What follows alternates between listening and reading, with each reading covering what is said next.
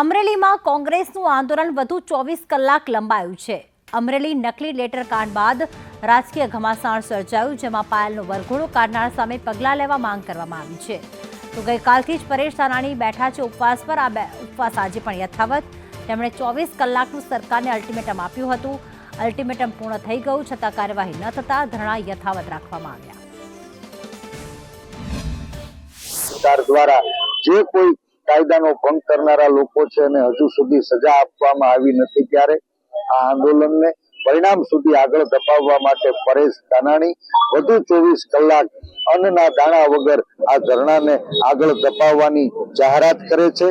આ બનાવ જેના કારણે બન્યો છે, જે રાજકીય સાઠમારીનો નિર્દોષ દીકરી ભોગ બની છે, એ સત્યને ઉજાગર કરવા માટે સ્થાનિક ચૂંટાયેલા પ્રતિનિધિ અને રાજ્યના નાયબ મુખ્ય દંડક કૌશિકભાઈ વેકરિયાનો નાર્કો ટેસ્ટ કરવા માનનીય મુખ્યમંત્રીને આ સમિતિ વિનંતી કરે છે